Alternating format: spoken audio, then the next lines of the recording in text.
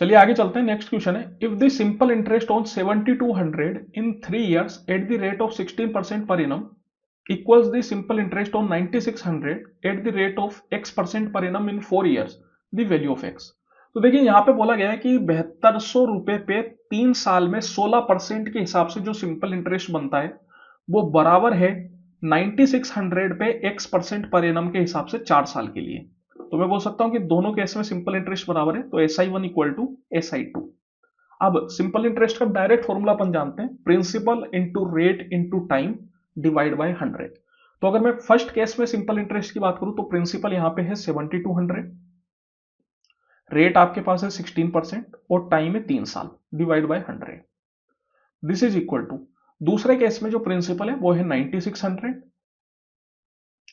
Rate आपको दे रखी है x% पर एनम और टाइम है 4 साल, डिवाइड बाय 100। तो देखिए दोनों केस में सिंपल इंटरेस्ट बराबर है, तो ये दोनों आपस में बराबर हो जाएंगी, दोनों को आप आपस में कैंसिल आउट कर सकते हैं। ये 2 जीरो से 2 जीरो गए, तो 16 का 6 बार में 96 हो जाता है ना। और मैं बात करूं 6 से ये 72 अपन काट सकते हैं डायरेक्ट, कितने बार में हो जाएगा, 6 का 12 बार में, और 4 से ये 3 बार में। तो x की वैल्यू कितनी हो जाएगी, 3 into 3 that is equal to 9। तो x आ जाएगा आपके पास 9 के बराबर।